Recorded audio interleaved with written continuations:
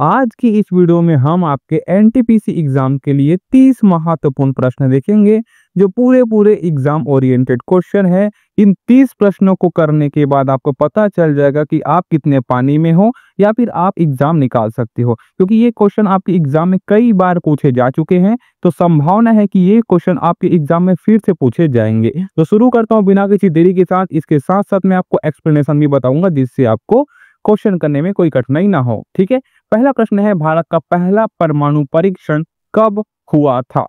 ये बताए भाई कहाँ हुआ था, और है ना, कब हुआ था ये बताइए मुझे, और कहाँ हुआ था। तो याद रखेंगे दोस्तों, ये जो पहला परमाणु परीक्षण है वो कब हुआ था? 1974 में हुआ था। कब हुआ था? 1974 में, 18 मई 1974 को। कब? 18 मई 1974 को पोखरण में हुआ था। पोखरण कहाँ है? राजस्थान में है। ठीक है, ये हुआ था आपका। ठीक है ना दोस्तों, चलिए अगला है, जन गण मन किसने लिखा और कब लिखा, ये बताइए। तो भाई आज आपका एक नंबर टेस्ट है ना, तरीके से लाइए।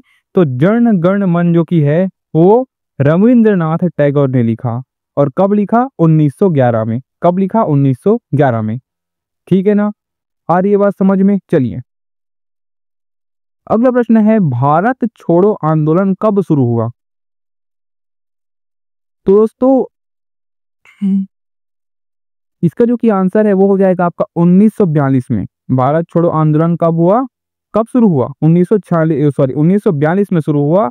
और ये जो आंदोलन है वो 8 अगस्त 1942 को, कब? 8 अगस्त 1942 को गांधी जी द्वारा शुरू किया गया। किनके द्वारा शुरू किया गया? गांधी जी द्वारा शुरू किया गया। समझ में ही बात, यहां तक सबको क्लियर है? चलिए अगला प्रश्न है दोस्तों, कौन सा ग्रह लाल ग्रह कहलाता है? तो इसका जो कि आंसर है वो हो जाएगा मंगल ग्रह। क्या बोलेंगे? मंगल ग्रह को हम क्या बोलते हैं? लाल ग्रह बोलते हैं। और इसका कारण क्या है कि यहाँ लोहे के ऑक्साइड है। क्या है आपके इसके सतह पे? लोहे के ऑक्साइड है, इसलिए इसको लाल ग्रह कहते हैं। चलिए अगला प्रश्न है दोस्तों, भारत का पहला उपग्रह कौन सा था? कौन सा था भारत का पहला उपग्रह? तो ये था आपका क्या? आर्यभट्ट, यानी कि ऑप्शन नंबर सी यहां पास बिल्कुल सही हो जाएगा। क्या? Option number C. ठीक है, अब देखेंगे कि ये जो कि है 1975 में सोवियत संघ द्वारा लॉन्च किया गया था। 1975 में, ठीक है ना, 1975 में याद रखोगे इसको। अगला है, संविधान सभा के स्थायी अध्यक्ष कौन थे? कौन थे भाई संविधान सभा की स्थायी अध्यक्ष? दोस्तों ये क्वेश्चन को कर लेते हो ना आप, इसका मतलब ये है कि आपका एग्जाम में जो प्रिपरेशन है वो बहुत तगड़ा हो चुका है। और अगर आप नहीं भी कर पाते हो तो इसको अच्छे से एक दो बार देख लेना, आपके लिए काफी मददगार होगा, क्योंकि ये क्वेश्चन आपके एग्जाम में कई बार पूछे जा चुके हैं। तो याद रखेंगे, संविधान सभा के जो स्थायी जो अध्यक्ष है वो है आपके राजेंद्र प्रसाद। वहीं पे हम क्या बोलेंगे कि संविधान सभा के जो स्थायी अध्यक्ष है वो कौन है? आपके राजेंद्र प्रसाद। ठीक है ना, समझ में आई बात? चलिए अगला है, भारत की पहली महिला प्रधानमंत्री कौन थी?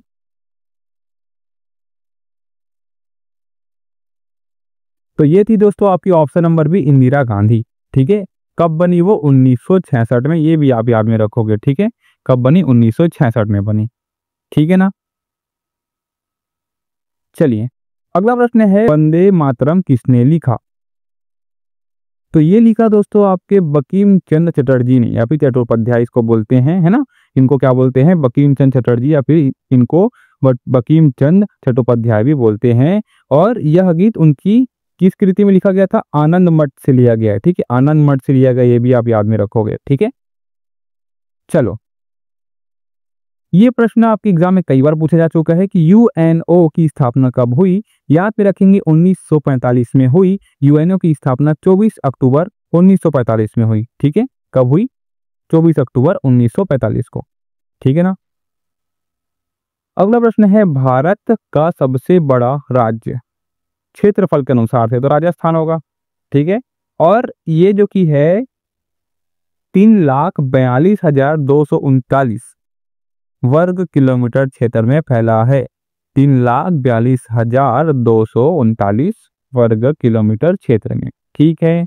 चलो अगला प्रश्न है ताजमहल किसने बनवाया था? तो ये किसने बनवाया था भाई? शाहजहां ने बनवाया था, ठीक है। किसकी याद में बनवाया था? मुमताज की याद में बनवाया था। अब बताइए आप में से कौन बनवाएगा अब ताजमहल, और किसकी याद में बनाएगा ये बताइए मुझे, ठीक है। चलिए अगला प्रश्न है पंचायती राज व्यवस्था की शुरुआत कब की गई? मैं बता रहा हूँ ना, इंपॉर्टेंट क्वेश्चन है ये, अच्छे तरीके से कर लेना दोस्तों, सीरियस होके, क्योंकि ये एग्जाम ओरिएंटेड क्वेश्चन है जो आपके एग्जाम में पूछे जा सकते हैं, ठीक है ना। तो पंचायती राज व्यवस्था जो की है वो राजस्थान में शुरू की गई थी, और इसकी शुरुआत जो की कब हुई थी? 2 अक्टूबर 1900 कितने में 59 में 2 अक्टूबर 1959 में हुई थी। और कौन से जिले में हुई थी? तो कौन से जिले में हुई थी भाई? नागौर जिलों में हुई थी, ठीक है, याद रखोगे। अगला प्रश्न है हरित क्रांति का संबंध किससे है? इंपॉर्टेंट क्वेश्चन है। हरित क्रांति जो कि अनाज उत्पादन से संबंधित है, सबको पता है, धान उत्पादन जिसको हम बोलते हैं। तो हरित क्रांति जो कि है अनाज उत्पादन से संबंधित है, और इसमें क्या होती है? गेहूं और धान का पैदावार बढ़ाना होता है इसमें, ठीक है। इस क्रांति का जो उद्देश्य था वो गेहूं हो गया, धान हो गया, है ना, ये चावल जो कि है इनका क्या था? पैदावार बढ़ाना था, ठीक है। चलिए अगला प्रश्न है भारत का राष्ट्रीय पशु कौन है? ये सबको पता है दोस्तों, क्या है? बाघ है, ठीक है। और इसको कब घोषित किया गया ये पूछा गया, तो याद रखेंगे कब किया गया? 1973 में, ठीक है ना, 1973 में किया गया, ठीक है। आज आपके नॉलेज का टेस्ट हो रहा है कितना आप पानी में हो, ठीक है। अगर अगर आपको नहीं बन रहा है तरीके से इसको याद कर लेना, और बन रहा है तो भाई आप तो चीते हो, ठीक है। अगला, भारत के किस प्रधानमंत्री ने आपातकाल की घोषणा की? क्या होगा ये? इंदिरा गांधी ने की। कब की? 1975 में। कब की? 1975 में इंदिरा गांधी ने की। आ रही है बात समझ में? ठीक है दोस्तों, चलिए अगला प्रश्न है भारत के पहले राष्ट्रपति कौन थे? बताओ भाई, भारत के पहले राष्ट्रपति कौन थे? डॉक्टर राजेंद्र प्रसाद, ठीक है। प्रथम प्रधानमंत्री बोलेंगे क्या बोलेंगे? जवाहरलाल नेहरू। प्रथम राष्ट्रपति बोलेंगे क्या बोलेंगे? राजेंद्र प्रसाद। कब से कब तक? 1950 से 1962 तक, ठीक है। आई बात समझ में? यहाँ तक मैं आपको बता रहा हूँ, समझ आ रहा है आपको? चलिए अगला प्रश्न है भारतीय भारतीय संविधान के कुल कितने अनुच्छेद हैं? वाह भैया वाह, बताइए। और अकॉर्डिंग टू क्या दिया है? 2023 तक। तो भारतीय जो संविधान है उसे कितने अनुच्छेद है? तो 465 अनुच्छेद है। कब तक? 2023। 2023 का पूछा, याद रखोगे ना। और क्योंकि इसमें क्या हुआ था 2023 में संशोधन में क्या होकर कितना हो गया था? 465 हो गया था, ठीक है। ऑप्शन नंबर क्या हो जाएगा? सी। अगला प्रश्न है भारत का सर्वोच्च न्यायालय कहाँ स्थित है? तो ये भी पता होगा आपको कि दिल्ली में स्थित है। कहाँ स्थित है भाई? दिल्ली में स्थित है, ठीक है। चलो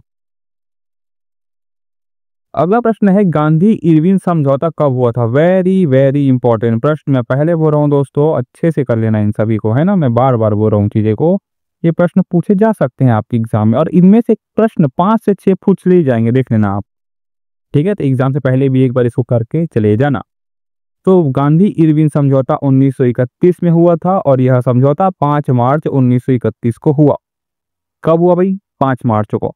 एग्जैक्ट डेट बोलेगा तो 5 मार्च 1931 बोलेंगे, और ऐसे सिंपल पूछेगा तो 1931 ही बोलेंगे, ठीक है ना।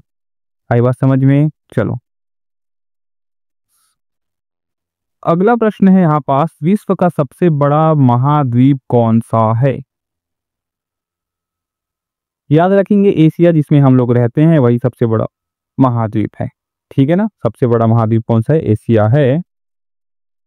प्रश्न है दोस्तों इंडियन नेशनल कांग्रेस की स्थापना कब हुई थी? वेरी वेरी इंपॉर्टेंट पूछता है, याद रखोगे 1885, यानी कि ऑप्शन नंबर बी में हुई थी। ठीक है, कहाँ हुई थी बोलेंगे तो मुंबई में हुई थी। ठीक है, ये पता रहना चाहिए आपको। अगले अगला प्रश्न है, चंद्रयान 2 मिशन किस वर्ष लॉन्च हुआ था? तो ये हुआ था आपका 2019 को। ठीक है, 2019 को लॉन्च हुआ था, है ना। और पूरा डेट पूछ दिया जाए तो याद रखेंगे 22 जुलाई। 22 जुलाई 2019 को लॉन्च हुआ था कौन सा? चंद्रयान मिशन 2। ठीक है, ये पूछता है क्योंकि इसलिए मैं आपके लिए लेके आया हूँ। ठीक है, ये जो क्वेश्चन है दोस्तों, ये आपके एनटीपीसी में कई बार पूछा गया है। जब जब आपका एग्जाम हुआ है तब तब पूछा गया है, इसलिए इसको लाया गया है। ठीक है, अगले आपका राइनो किस जानवर को कहते हैं भाई? बताइए, इंपॉर्टेंट है। राइनो किस जानवर को कहते हैं? तो भैया राइनो जो कि किसको कहते हैं? हम गैंडा को कहते हैं। किसको कहते हैं? गैंडा को। ठीक है। अगले आपका भारत में सबसे लंबी नदी कौन सी है? तो ये जो कि है गंगा नदी है। सबसे लंबी नदी कौन सी है? गंगा नदी है ना। और लंबाई की बात करेंगे तो क्या हो जाएगा? क्या हो जाएगा? 25-25 किलोमीटर। क्या बोला मैंने? 25-25 किलोमीटर। आप इसको क्या बोलेंगे? 2225 किलोमीटर। ठीक है ना। चलो, यूएनओ का मुख्यालय कहाँ है? भाई ये जो कि है यूएनओ का मुख्यालय कहाँ है बोला गया, तो क्या याद रखोगे आप? कहाँ है ये? न्यूयॉर्क में है। कहाँ है आपका? न्यूयॉर्क में है। ठीक है ना। कहाँ है? न्यूयॉर्क में। जिसको हम क्या बोलेंगे? यूएसए हम बोलते हैं। ठीक है, क्या बोलेंगे हम? यूएसए बोलेंगे। और इसकी स्थापना मैंने बताई थी आपको, कब हुई थी ये मुझे बताइए। इसकी स्थापना कब हुई थी ये मुझे बताइए आप। तो स्थापना हुई थी आपकी 1945 में। ठीक है, अभी बताया मैंने आपको इससे पहले वाले में। चलिए, अगला है, सत्यमेव जयते कहाँ से लिया गया है? तो ये है दोस्तों मुंडक उपनिषद से। ठीक है, पूछता है, याद में रखेंगे, मुंडक उपनिषद। और ये क्या है? भारत का राष्ट्रीय प्रतीक है। ये तो आपको भी पता है ना। चलो, अगला प्रश्न है, भारतीय स्टेट बैंक एसबीआई जो कि है उसकी स्थापना कब हुई? तो ये मैं बता दूं आपका 1955 में हुई थी। ठीक है, पहले इसे क्या बोलते थे? इपीरियल बैंक बोलते थे। क्या बोलते थे इसको? इपीरियल। यहां पास मैं लिख देता हूं आपका, इपीरियल बैंक। ठीक है, इसे 1955 में एसबीआई बना दिया गया। ठीक है, क्या था पहले? ये इपीरियल बैंक था। याद में रखेंगे, जिसको हम क्या बोल देंगे 1955 के बाद एसबीआई बैंक बोलेंगे। अगला प्रश्न है, लोकसभा में अधिकतम कितने सदस्य हो सकते हैं? तो इसका जो कि आंसर है वो हो जाएगा 552। ठीक है, अनुच्छेद आर्टिकल कितना? 81 है ना। 81 है जो कि है 81 के अकॉर्डिंग क्या बोलेंगे कि लोकसभा में अधिकतम कितने सदस्य हो सकते हैं? 552। ठीक है, चलो, अगला है, भाखड़ा नागल बांध किस नदी पर बना है? तो ये सतलुज नदी पर बना है, ये सबको पता होना चाहिए। ठीक है ना। इसको हम गुरुत्वाकर्षण बांध भी बोलते हैं, ये भी याद रखोगे आप। है ना। चलो, अगला प्रश्न है, भारतीय राष्ट्रीय ध्वज में बीच में कौन सा चक्र है? भाई ये सबको पता है, अशोक चक्र है। ठीक है, क्या है? अशोक चक्र है। इसमें तीलियों की संख्या कितनी है? तो 24 तीलियां हैं, ये भी याद रखेंगे। और ये तीलियां जो की है, ठीक है, अशोक चक्र में जो तीलियां हैं, मेरी बात सुनिए आप, अशोक चक्र में जो तीलियां हैं वो किसका प्रतीक है? तो धर्म का प्रतीक है। किसका प्रतीक है? धर्म का प्रतीक है।